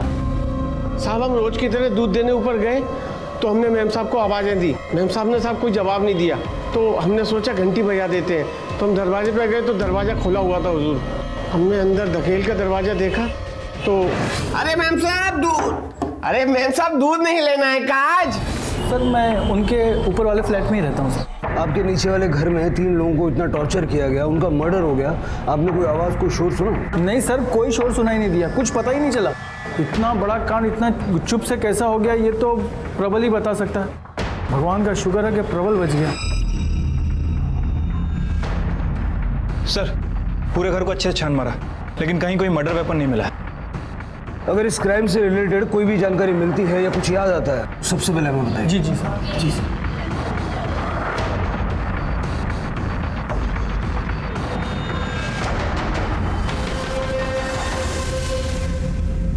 देख बेटा, तेरी हालत हम समझ सकते हैं लेकिन अपने घर वालों को न्याय दिलाना चाहता है कि नहीं?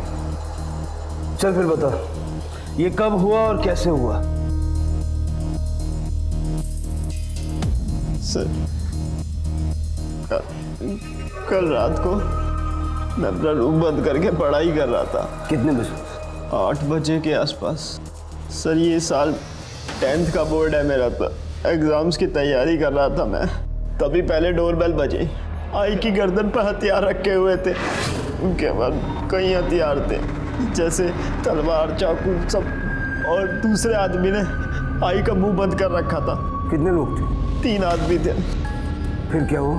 मुझे देखते ही एक आदमी मेरे पास आया और उसने मेरा मुंह दबा दिया। मैंने उसके हाथ पे जोर से काटा और उसने मुझे बहुत तेज मारा और मैं गिर गया सर। और उसने मुझे शर्ट से उठाया। उसके बाद आई से पूछा कि कैश और ज्वेलरी कहाँ है, और फिर डोरबेल बजी। डोरबेल बजने की आवाज़ कितने बजे हुई? कोई 1.5 घंटे बाद, मतलब 9:30 बजे के आसपास। उसके बाद क्या हुआ? सुदीप बाबू आए और उन्होंने उन्हें भी मारा और हमारे साथ बांध दिया। फिर उनमें से एक आदमी बोला कि भूख लगी है। फिर वो लोग किचन की तरफ चले गए। फिर डोरबेल बजी तो वो लोग हॉल में आए और फिर सबको मार डाला। तो तुम कैसे बच गए? वो लोग मुझे भी मारने ही जा रहे थे, तभी नीचे से 3-4 गाड़ियों की आवाज़ आई और वो लोग फिर भागने लगे। और एक आदमी ने भागते भागते मेरे सर पे बहुत तेज से डंडा मारा और मैं बेहोश हो गया। तुमने उन 3 लोगों की शक्लें देखी थी ना? पहचानते हो कौन थे वो लोग? पहले कभी देखा था उनको? नहीं सर, पहले कभी नहीं देखा। शक्लें तो याद होंगी ना? हमले सर, स्केच आर्टिस्ट को बुलवा के इससे डिस्क्रिप्शन लेके स्केच बनाओ। सर, स्केच तो मैं भी बना सकता हूँ। अजीब बात है, कातिलों ने घर के 3 लोगों को मार दिया और इसे जिंदा छोड़ दिया, वो भी तब जब वो जानते थे कि इसने तीनों की शक्लें देखी हैं। और इतने शातिर लोग बस इस बात से डर के भाग गए कि उन्हें रोड पर कुछ गाड़ियों की आवाज़ सुनाई दी। सर अगर वो वाकई गाड़ियों की आवाज़ सुनकर भागे होंगे तो सर गाड़ियों की आवाज़ तो उससे पहले ज़्यादा आ रही होगी। अगर उनका मकसद सिर्फ लूटपाट करना था तो प्रबल और उसकी माँ को मारकर वो लोग 9 साढ़े 9 तक भाग सकते थे, कि वो जानते थे कि घर में कहाँ क्या रखा है। अगर लूटपाट के साथ साथ मर्डर भी उनका मकसद था तो तब भी उनके पास काफ़ी टाइम था। प्रबल के बाप के 12 बजे आने के बाद उसे मारकर 12:30 तक वो लोग भाग सकते थे।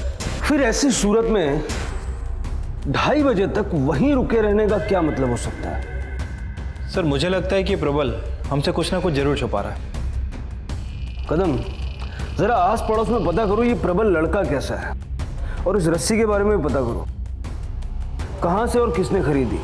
रस्सी नई सी लग रही है, हो सकता है कि इन्हीं दिनों में खरीदी गई हो। Okay sir.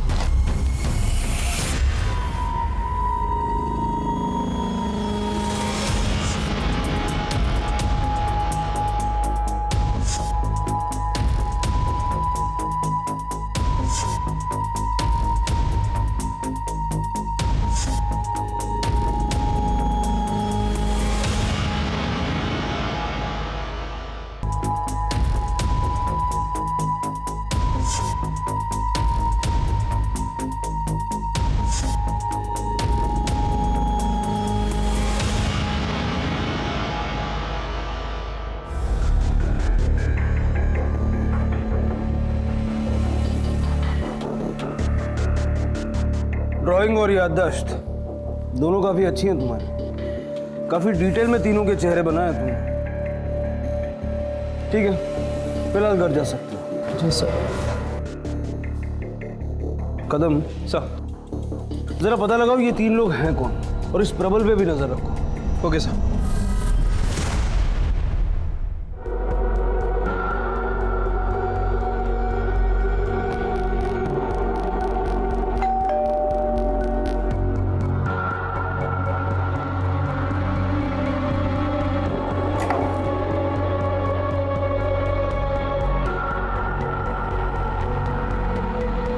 ये लो, खाना है, खा लेना और ध्यान रखना अपना। मैं निकलती हूँ। अगर पापा को पता चल गया मैं यहाँ हूँ तो गुस्सा हो जाएंगे।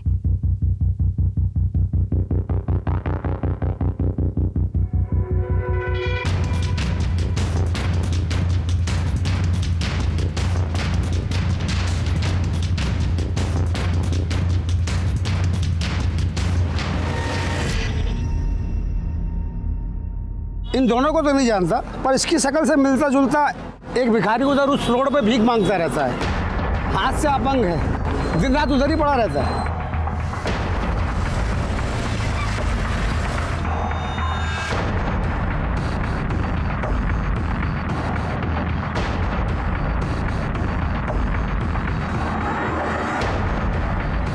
भाई साहब नमस्कार, इन रस्सियों को जानते हैं? हाँ सर, ये मेरी दुकान की रस्सी है। अच्छा, इन तीनों को जानते हैं? इन तीनों में से किसी ने खरीदी थी रस्सी? नहीं सर, मैं इनको नहीं पहचानता, और इनमें से किसी ने रस्सी नहीं खरीदी है। देखिए, याद करने की कोशिश कीजिए, ये 3-4 दिन पुरानी बात है। आखिर इतनी सारी रस्सियाँ कौन खरीद सकता है आपके यहाँ से? हाँ सर, 2-4 दिन पहले एक लड़का आया था, उसी ने रस्सियाँ खरीदी थी। बोला था स्कूल वालों ने मंगाया है। पता नहीं सर स्कूल वाले भी क्या करते हैं। क्या यही था वो? नहीं सर, ये नहीं था सर। 2:30 बजे तो इंसान सो ही जाता है ना। हाँ, कोई शोरगुल हो जाए तो आँख खुल जाती है, मगर मैंने कोई गाड़ी की आवाज़ नहीं सुनी सर। प्रबल कैसा लड़का है? बहुत अच्छा सर, एकदम सीधा साधा। आज की जनरेशन में ऐसा लड़का मिलना मुश्किल है। गली में भी उसके 1-2 ही दोस्त है सर, रघु, मुक्ति, श्रीकांत वगैरह। वो भी उसके स्कूल में ही पढ़ते हैं, उन्हीं के साथ घूमता है, नहीं तो पढ़ते रहता है सर। उसकी ड्राइंग बहुत अच्छी है। प्रबल की फैमिली का माहौल कैसा था? मतलब किसी के आपस में या किसी बाहर वाले से कोई दुश्मनी वगैरह? सर वो प्रबल वामन की दूसरी बीवी का बेटा है।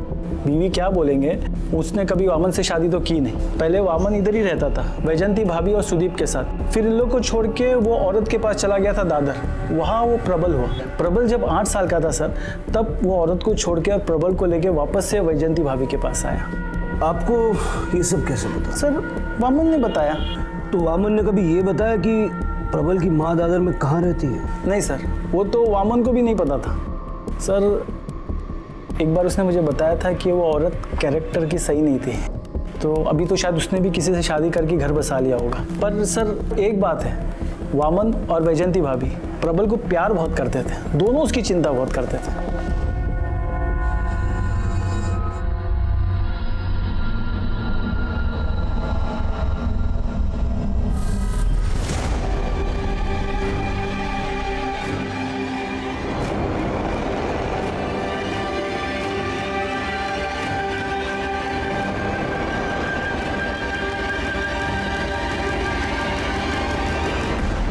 सर प्रबल के एरिया में वारदात के ठीक एक दिन पहले किसी लड़के ने उस रस्सी को खरीदा। सर मुझे लग रहा है कि ये प्रबल हमें गुमराह करने की कोशिश कर रहा है। और सर उसने जो ये स्केच बनवाए सब के सब झूठे हैं, क्योंकि सर इनमें से ये एक स्केच उसके एरिया के आसपास एक भिखारी से मैच करता है।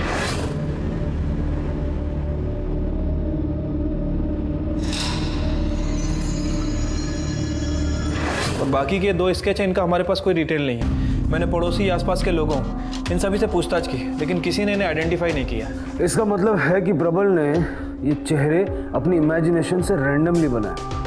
वैसे ये भी पता चला है कि प्रबल वैजंती का सौतेला बेटा है। वामन ने प्रबल की माँ से कभी शादी की ही नहीं, वो उसकी नाजायज औलाद है। सर ये सुदीप, वैजंती और वामन, इन तीनों की पोस्टमार्टम रिपोर्ट के हिसाब से तीनों की मौत रात को 11 से 1 के बीच हुई है। सुदीप और वैमन का गला घोटने की कोशिश की गई, लेकिन उनकी मौत 3 अलग अलग किस्म के धारदार हथियार से हुई है, जो कि चाकू, तलवार और कोयता हो सकते हैं। तीनों के साथ हाथापाई हुई है और वैजयंती की मौत सिर्फ गला घोटने की वजह से हुई। सर प्रबल बोर्डे की कॉलोनी के पास एक प्लॉट में इसमें हथियार मिले।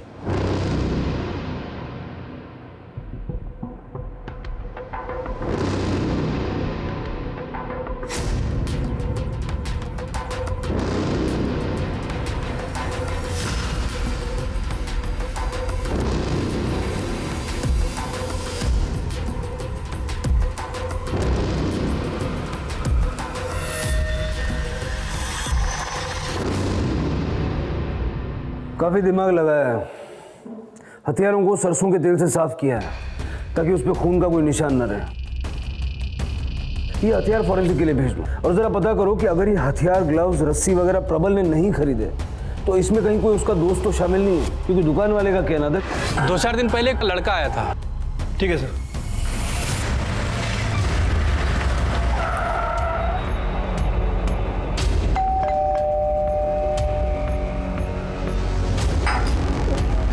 क्या हुआ साहब? वही तो पता लगा रहे।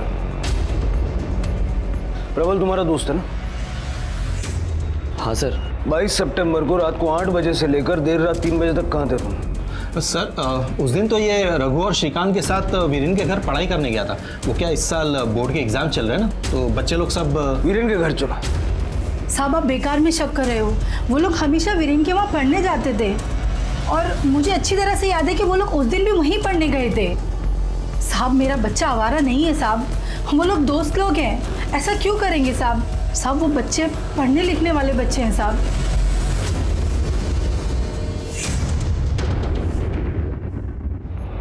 भाई साहब। जी सर। इनमें से किसने खरीदी थी आपके यहाँ से रस्सी? किसने खरीदी थी सर?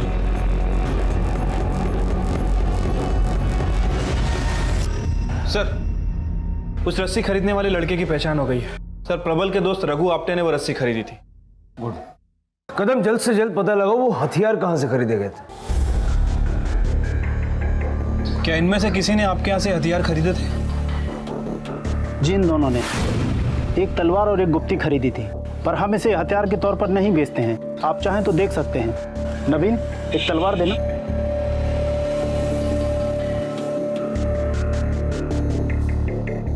ये तलवार दोनों तरफ से एक जैसी मोटी है। हाँ लेकिन उनके पास जो हथियार था वो काफी धारदार था।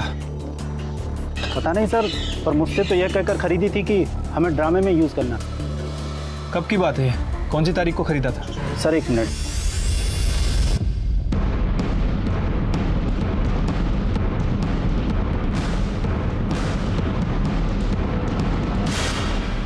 भाई साहब। हाँ साहब। इन्हें पहचानते हैं? इनमें से किसी दो ने आपके यहाँ पे तलवार और गुप्ती में धार लगवाई थी। साहब वो दो नहीं 3 थे। इसको धार करके दो। इस पे धार क्यों लगानी है? तेरे को काटने के लिए। अरे मजाक कर रहे हैं दादा, ड्रामे में तलवार लगेगी ना, और पेड़ काटने का सीन है, इससे पेड़ कटेगा नहीं, तो इसीलिए धार चाहिए।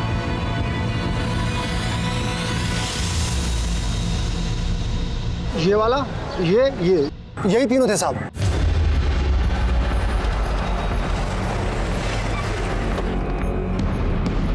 निकालो बाहर इसे,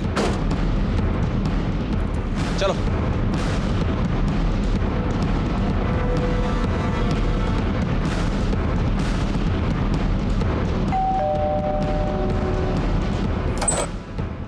श्रीकांत कहाँ है? क्या हुआ है साहब? अरे बताइए तो, हुआ क्या है? क्या कुछ हुआ है साहब? कुछ नहीं, बहुत कुछ हुआ है। ये तीनों, सुदीप, वैजयंती और वमन, इनके मर्डर में इन्वॉल्व है।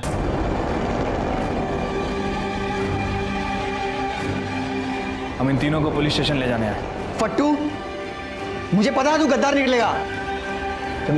सर,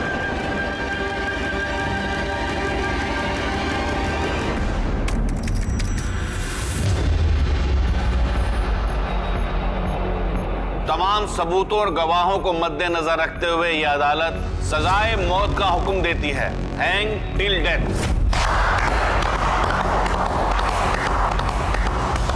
थैंक यू जज साहब, हमें पता था यही होगा। अंधा कानून मुर्दाबाद, अपनी दोस्ती जिंदाबाद। अंधा कानून मुर्दाबाद, अपनी दोस्ती जिंदाबाद। अंधा कानून मुर्दाबाद, अपनी दोस्ती जिंदाबाद। अंधा कानून मुर्दाबाद, अपनी दोस्ती जिंदाबाद। अंधा कानून मुर्दाबाद, अपनी दोस्ती जिंदाबाद। अपराध को कितने भी शातिर दिमाग से अंजाम दिया जाए, लेकिन गुनाह अपनी गवाही देने के लिए खुद उठ खड़ा होता है। फिर ये तो 16 साल के नाबालिग बच्चे थे, लेकिन इन्होंने एक ऐसे जघन्य अपराध को अंजाम दिया था कि जिसे सुनकर ही रूह कांप जाए। लेकिन अपने किए पर इन्हें कोई अफसोस नहीं था। कैसे और क्यों इनकी मासूमियत इतनी विभत्स हो गई थी? ये केस पुलिस के लिए बहुत चुनौतीपूर्ण होने वाला था, क्योंकि ये कोई सामान्य हत्या या लूटपाट का केस नहीं था। आगे अभी बहुत कुछ होना बाकी था, और ये हम जानेंगे कल रात 11 बजे इस केस के दूसरे और आखिरी भाग में। अब मैं अनूप सोनी आपसे विदा लेता हूं। कल रात 11 बजे आपसे फिर मुलाकात होगी। तब तक अपना और अपने परिवार का ख्याल रखें और देखते रहें क्राइम पेट्रोल डायल 100। सबक एक को, सीख हम सबको। जय हिंद। क्राइम पेट्रोल के और भी दिलचस्प कहानी देखने के लिए हमारे चैनल को सब्सक्राइब करें और बेल आइकॉन दबाना न भूलें।